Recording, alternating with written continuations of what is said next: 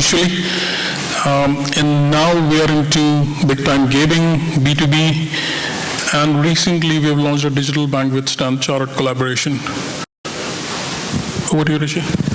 All right, so let's talk about today's topic of how AI is crucial in relation to security, in the realm of security, because we live in a world where big data is rampant and AI is very important in our industries. I'm talking about metaverse. Let's not forget ChatGPT, and let's also talk about VR and AR.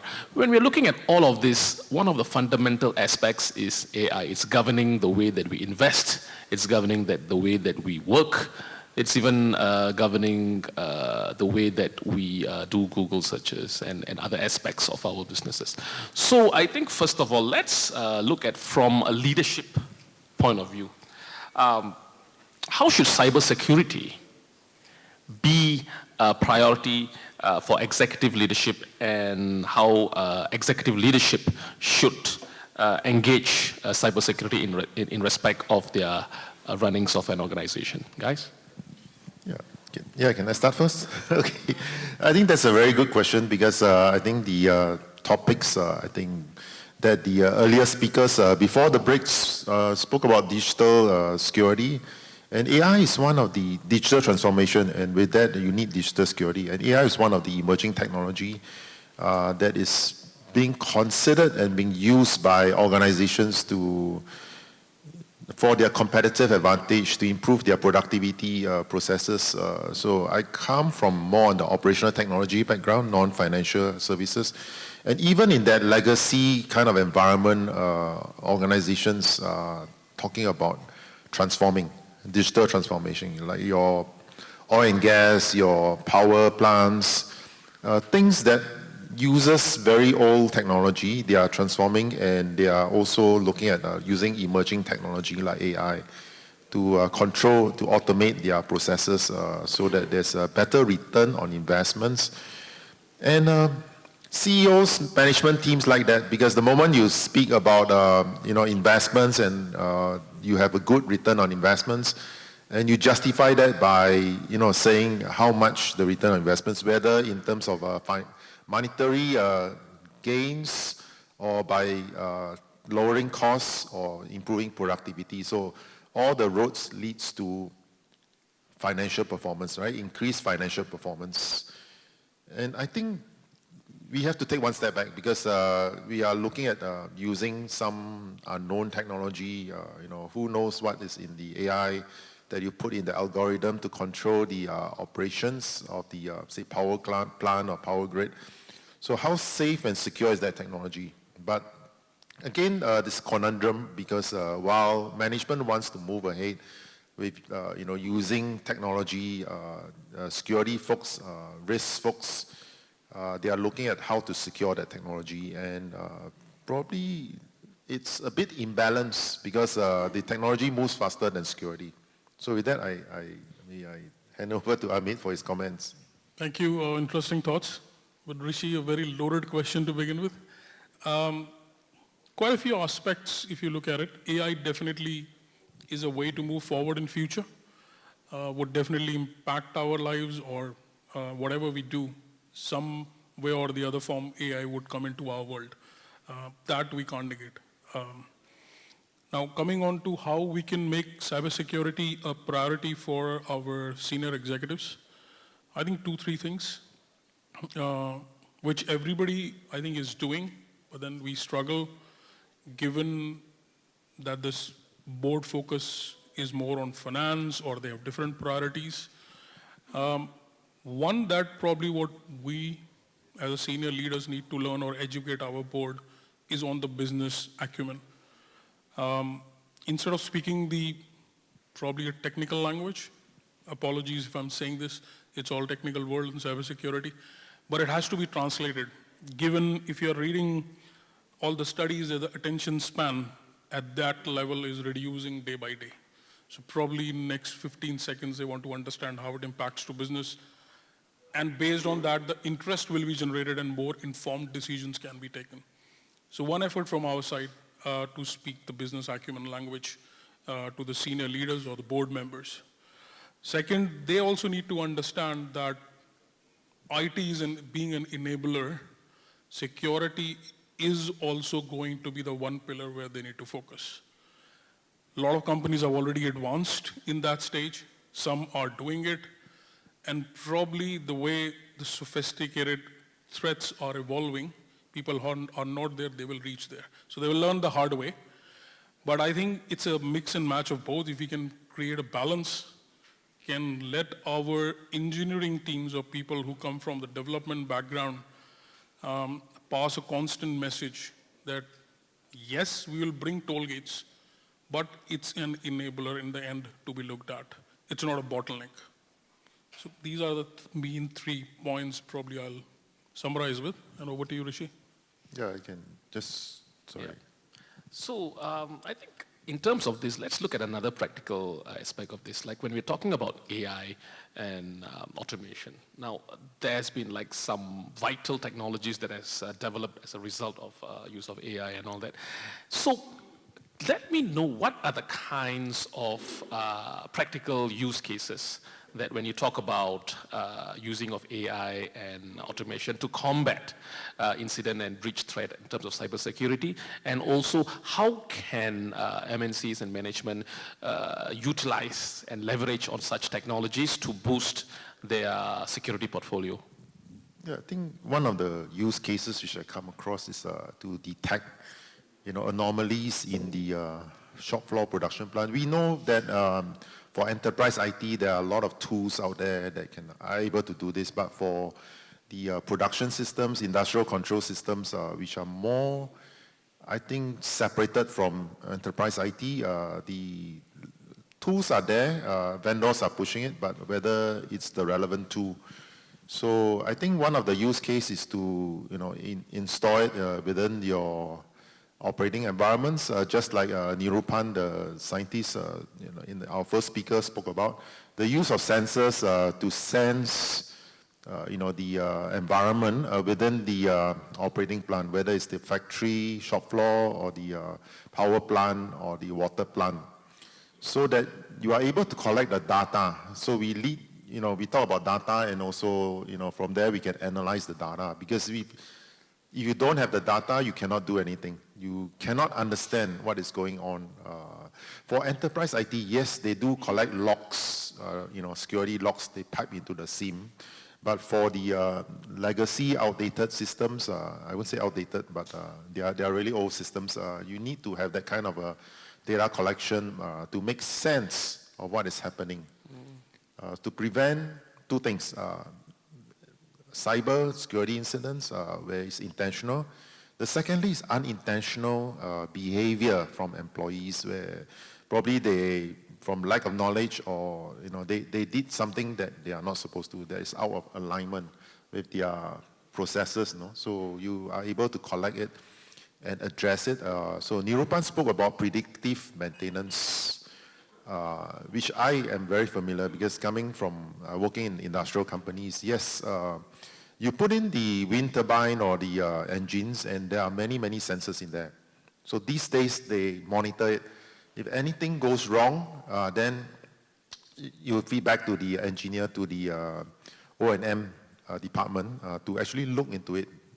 Because you can't wait for the thing to fail, and then you start to look at it. That's a reactive approach.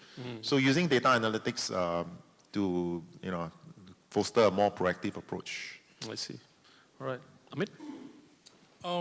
Very interesting thoughts, John. And I'll come to a point which you mentioned is equally very important. Addressing the use cases of AI, which we have already started seeing, is in threat detection. And some of the technologies from a defense in-depth perspective, like if you talk about EDR, malware detection, also in some cases for phishing and social engineering. And from a future aspect, probably we'll see AI providing solutions or helping us more on fraud detection. Some companies have already started working and they are offering, but yeah, it'll mature with time.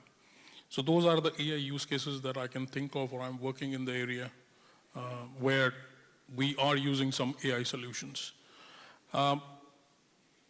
But on a different tangent, it is also equally important for us to know that AI is not the silver bullet.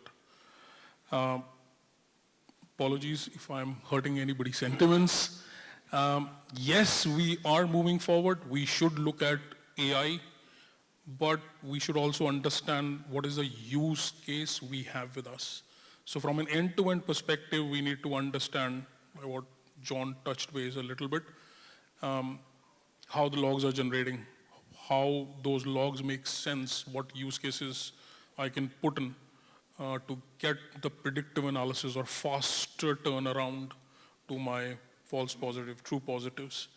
And once that is done, then what is the next step that I'm about to do? So unless as an organization we have an understanding of this end-to-end cycle, AI definitely in some portions would help, but I think it'll not turn around into the meaningful part what we're trying to do with AI.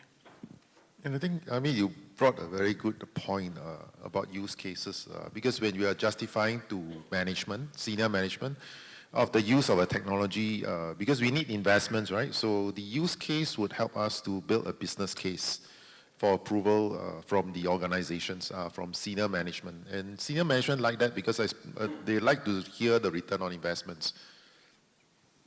True. Yeah, and I think from a legal perspective, I think we should also be wary of, are there any regulations governing use of AI across all the spectrums of businesses? For example, under the GDPR, there are restrictions of how AI is being used for automatic purposes when we are assessing personal data. I'm giving an example. For example, when we are reviewing interview applications, employee review, let's see. And to what extent can we review AI? AI can only be used as a tool and not as a decision maker. The ultimate decision-making authority, approval remains with a person, a human being. And that is what is encapsulated under the GDPR. So there are some restrictions of how we can use AI. AI cannot run everything automatically. Yeah. So that's what we're looking at. All right, let's look at also in the realm of, since I'm at data privacy, let's look at the realm of data privacy and cybersecurity across the world. I mean, a lot of regulations are coming up, a lot of compliance is evolving as we speak. So what are the main challenges that you find in your respective organizations when we are dealing with cybersecurity and when we are dealing with privacy-related elements? And how would you address these challenges? I think having worked in big organizations and also now supporting organizations, I think one of the challenges is knowing where your data is, and also, how that valuable is that data to your organization and whether it falls in the realms of the data privacy laws, because you need to map the data, and I think that's one of the challenge, is to identify where these data is being collected, being stored, and how valuable is this data to the organizations, and to what level of it does it comply? I mean, is it if it's breach, does it goes against your compliance? And in other words, data classification. I think one of the panelists, or in the previous panel session, spoke about classification of data. And for that, in addition to classifying the data, you need to map it to the data privacy laws like GDPR, PDPA, your HIPAA or whatever. If you're in healthcare, because I think that's important, and that's also the number two challenge is if you are MNC, you work across different countries, different jurisdictions with different data privacy regulations, and you need to support in those countries, and not what you do in Singapore may not apply to what you do in China, because the data privacy laws in China is different from Singapore. So therefore, you need to be able to be flexible, agile, to tweak the systems accordingly in how you protect these forms of data in the different jurisdiction. So, I mean, let me point this question at you. So, in terms, John mentioned China, and they have the recent cybersecurity laws that have been placed in China. They are quite stringent compared to other regions. So how do you encapsulate a management system when we have Chinese cybersecurity laws, American cybersecurity laws, Singapore cybersecurity laws, even Indian cybersecurity laws? How do you have some kind of a baseline way of running? Is that a question for Amit? Yes, maybe Amit and John as well, perhaps the both of you. So first and foremost, we are in the midst of implementing privacy by design, by the way, at the moment, because last year the PDP bill for Indonesia got announced. Now, this will always be a constant challenge because laws or the regulatory laws or the compliance objectives, they vary country by country. But largely, if you look at in the scheme of things, you can consider GDPR something to be the universal. Yep. And from there, everything has spin-off. Either Singapore has adopted, or Philippines has adopted, or China has adopted, or Indonesia is adopting. So 80% of the things, of the principles around architecture, around the rules, around consent management, capturing user rights, giving them the rights to view, delete, all those things would remain the same. The 20-25% of the variation would be from a jurisdiction perspective where you can move that data outside the border, to what John was mentioning earlier, cross-border. There you have to be a little architecturally probably smart.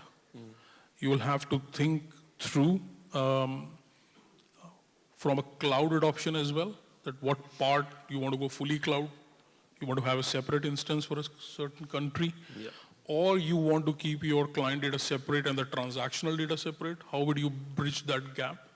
So all those technicalities come into it. But maybe on a 30,000 feet higher level, when you're talking to the management or to your board, it's your preparation from the best practices perspective when you start writing your code to your deployment in the pipeline, that how effectively you have developed those privacy by design principles. Very good point to what John mentioned. If you look at 80% of the companies, right, who has been breached in the last year, it's not that they were not following defensive depth or they lagged very lot in terms of zero trust architecture. Majority of the time data breaches happens because we don't have data mapping, data lifecycle, and we don't know who has access to what kind of data. So it works as inside the thread and outside the thread as well, that you can be breached. But this is where I think more focus needs to be put in for our preparation perspective. Yeah. Sorry, very long answer. No, it's good because I was actually listening very hard to your answers very intently. Yeah, you're a true cyber guy. You talk about architecture, design, privacy by design. I think all these gel with me because I deal a lot of the engineering departments, and simplicity is best, because if you cannot understand the product or the things that you engineer, how are you going to maintain and support it and prevent it from being breached? So the same goes with data. So you need to understand where the data sits, whether it's in the cloud, on-prem, or hybrid, and where the data is being used, processed, because you talk about privacy, it's about collection of data, where you store it, where you use it, where you share it, and where you back up, archive, right? And also at the end of the life cycle, destruction of the data. So I think all these areas needs to be understood, and the architecture, the data architecture needs to be mapped out, so that you could exactly pinpoint at which area you are not actually complying with the law. And number two, use technology to capture the various requirements. As what Amit say, GDPR is probably you need to map it to GDPR first, and then you slot all the other privacy laws there, So you use some kind of a repository to capture your compliance to that various legal requirements of the data privacy law. So I think that's a very good scenario, because GDPR is considered to be one of the gold standards for privacy. So we have two distant cousins. One cousin is privacy and that's pertaining to personal data. And then we have another set of laws in the cybersecurity realm, and that is like the wider scope. They cover all kinds of data, not just personal data. I'm talking about operational data, financial data, and other confidential company data. So when we're talking about, let's say, for example, GDPR, now that is one of the key elements when talking about Singapore. Let's say, for example, Singapore PDP, we have the PDPA in Singapore, right? It is not as stringent as GDPR. So do you want to elevate that to a more stringent level when legally in Singapore, there's no requirement to? Yeah, that's so always that's a good question because, that's the you know, tricky one. the more stringent you are in terms of your protection, the more costs, because you got to put in more monitoring, you got to put in more systems to actually look at whether that data is being leaked. So I guess the cost will escalate, right, if you try to put in more controls. However, I think it's not the requirements of all countries to comply with GDPR, but it's the more stringent requirements. And I agree with Amit that if you put in the more stringent requirements, then you can actually reduce the controls in those countries that do not have the stringent requirements. Versus if you put in a very low baseline, then you will not be able to comply with those countries that are a higher level than what you have put in. I don't know whether you agree with me, Amit. Yes, definitely. And from a little bit different perspective, Rishi, to answer your question, I think Singapore regulators, I have been involved with them in and out. They came up with the cyber hygiene notice 655 after they announced the Singapore cyber strategy in 2020. And that happened before. And then in 2021, they revamped the TRMG guidelines, and wherein they brought in a lot of focus on cybersecurity, IoT devices. Now, coming to the question, they have done a very good job. Because from a regulation point, they have not tightened the screws that much, and they have left it a little bit leeway onto the companies as well to implement those standards or controls or regulations. In our aspect, how do we do it? We do a risk profiling.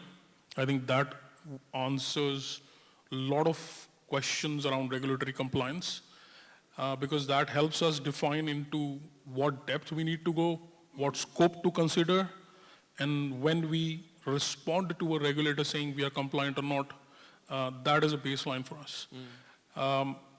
Do we really need to be that stringent to control? I think probably companies will start bleeding money, as John mentioned. But yes, from a Singapore perspective, I think we've done decent. I think that was very informative in respect of what John and Amit have presented to us. Let's just ask you one final question. So what do you think is the future moving ahead? In your crystal ball, what is the future of cybersecurity and privacy laws moving ahead, the landscape, and in terms of what kind of technologies that we are looking at emerging when we envisage threats in the future, given such technologies, and how can we better equip ourselves in managing such threats that you envisage that will be coming in future? I think the future is one where, there will be some storms before it will be, more calm and peaceful, because we are now in a state of trying to playing catch up with all the risks in the environment, right? Not only about technology risks, but cybersecurity risks. And all these are part of the digital program acceleration, right? Companies are putting in digital transformation programs, as we heard from Sunil. It's good because if you don't transform, then you will be left behind. But at the same time, we need to recognize the risks of using these technologies and distributed ledger, your blockchain, your AI, your cloud is one of the emerging technology as well, IoT as well, that is not safe and secure. But it doesn't mean that you should not do it. Yes, you should do it, but you should take a risk-based approach and do a risk prioritization of the areas where it has the most impact if it's being breached. So data privacy is one of them, because you don't want to fall foul of the regulators. You don't want to have your customers' data exposed, then impact your reputation and regulatory penalties. So AI is definitely one area that you need to factor in terms of your roadmap and strategy. But it's the securing of the AI and the use of the AI within the organizations. I think you have to look at it more stringently. And using a multidisciplinary lens to involve probably not just cyber, because cyber looks after cyber. If you talk to digital guys, they look after digital.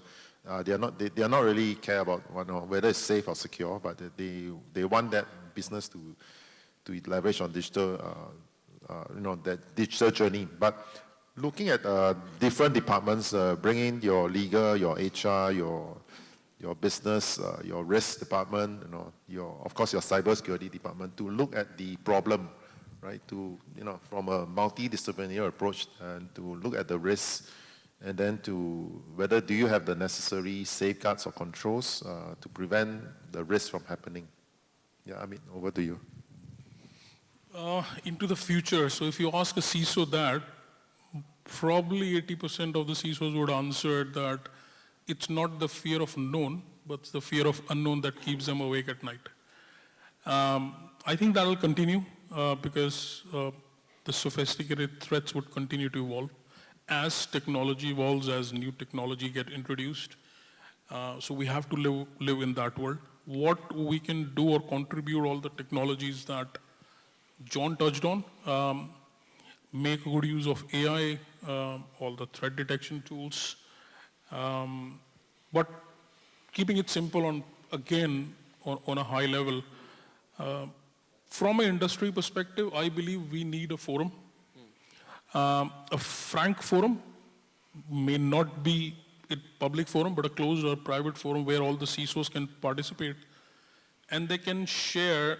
If an attack happens on one company, they can share the IOCs, how they identify it, how do they prepare, how do they mitigate it. This information is not available, unfortunately. It comes only when probably regulator gets involved in any of the breaches that happens to an organization, but it's not openly discussed. When it starts happening, then you can see a shift in paradigm because the other company people will be better prepared. So preparation and continuous preparation, I think I'll pick that as a message for this question, that what we need to look at future. Yes, technology is there with us. That will enable us, it will help us, but we have to as well continually prepare ourselves. All right, thank you, Amit. So maybe just a final question to anyone on the floor who just want to raise any questions to the panelists. You may feel free to. Yep.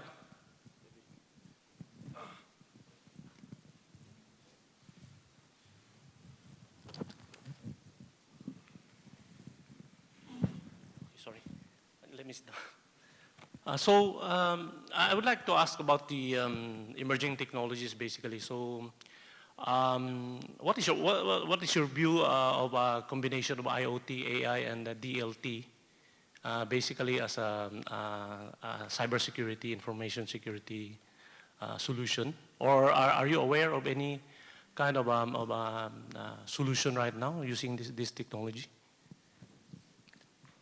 Can I take that question? Those are mixed technology that you talk about, but they are emerging. IoT, AI, DLT, distributed ledger technology.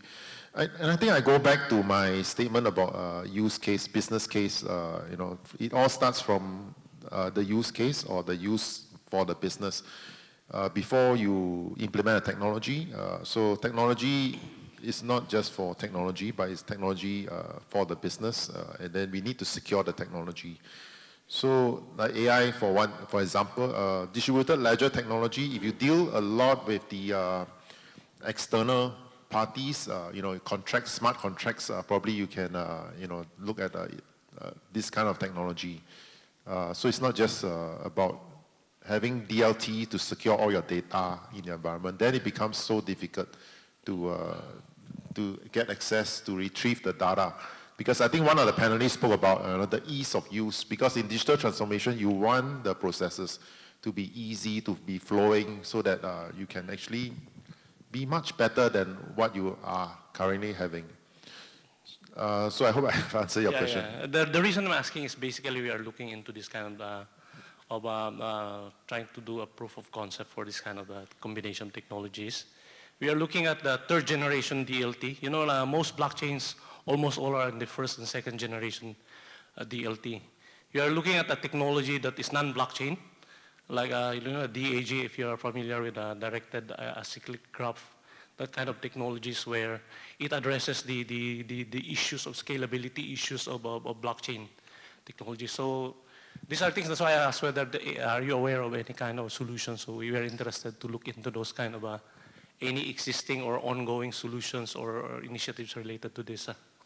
Yeah. Maybe, Amit, are you aware of any solutions that cover all these emerging technology? No, I mean, apart from what you covered, AI, I know the use cases where we have implemented AI, but you are specifically talking about DLT, third generation AGA.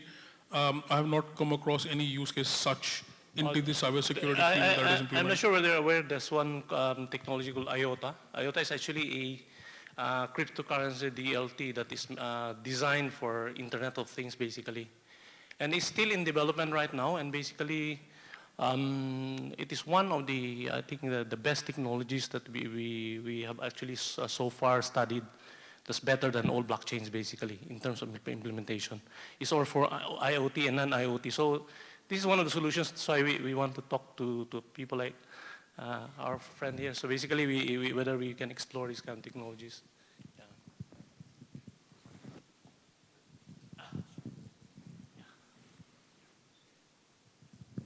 Great stuff. So from a senior management point of view, suppose a CEO has to take a call and there is AI happening at a pretty brisk pace now, post-generative AI. Quantum, they are saying, would be able to decrypt the, whatever the security cryptography and all that, right? So if a CEO has to be agile and say next 3 years, I want to have some system in place which is flexible and agile enough so that any new AI threat comes in, we can handle it. So what sort of investment, what sort of strategy should a CEO or the board have to be prepared for unknown threats, as you were saying, coming out in the future? See, very interesting question. Now again, it is leading to preparation into the future. My answer to when I sit with the board would be to do a risk profiling. Why risk profiling? Sounds very old school, but it does help. How it helps to understand first that in what businesses do we operate? What are our touch points? Obviously, everything is internet at the moment. What are our touch points? How exposed as a country we are, and then as an industry we are to what type of threats? That help you create a risk map as to what in next 3 years, probably 5 years is too long nowadays, what all do you want to drive or reach a point that you can basically say hand on your heart that okay, with these kind of threats that will evolve in the next 3 years, I will be covered.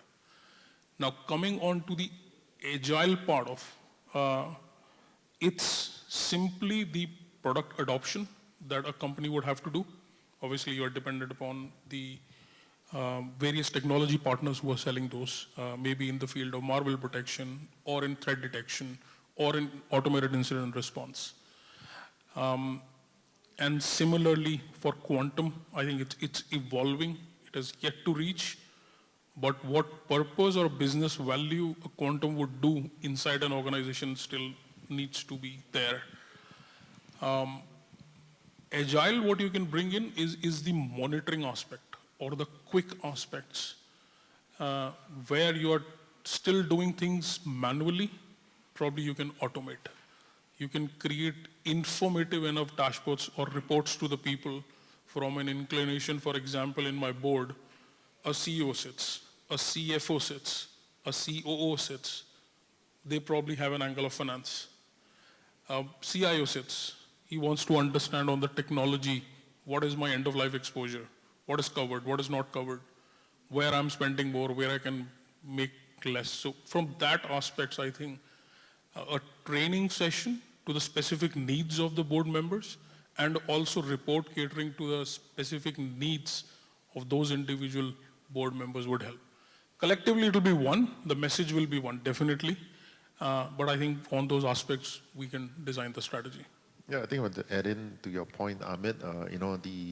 Previously when you talk to the board, the CEOs, I need to prepare a technology roadmap. So you can map the technology roadmap to the risk profile, because you don't start to invest in AI or emerging technology. It takes time, preparation to have a use case, to get the necessary approval for the investments. So you need, as a CIO or CISO, you need to have an idea of what you want to do. Because if the CISO or CIO do not have an idea of what they want to do, I think then how can the senior management get the necessary trust and assurance, right? They may not know what the CISO is doing, but the CISO needs to know what he or she is doing, definitely. So have an architectural roadmap, then you can be agile around that, right? So 1 year, 3 year, 5 year plan around your architecture, because these things when you put in, you cannot tomorrow change to another technology, right? You cannot, because of the investments in the time to money it costs to buy the technology, the time to implement, and the training of the people. So I think it's very important to have, for the CISO or CIO, to have that kind of a roadmap. And now we're talking about CISO reporting to CDO, whether that is a good idea or not, I don't know. What do you think? CISO reporting to CDO? Okay. Great, thanks. Yeah. Welcome. Okay, thank you, gentlemen, for the illustrative discussion, and thank you, everyone, for having us to discuss this important thank you. topic. And thank you, everyone. Thank you. Thank you.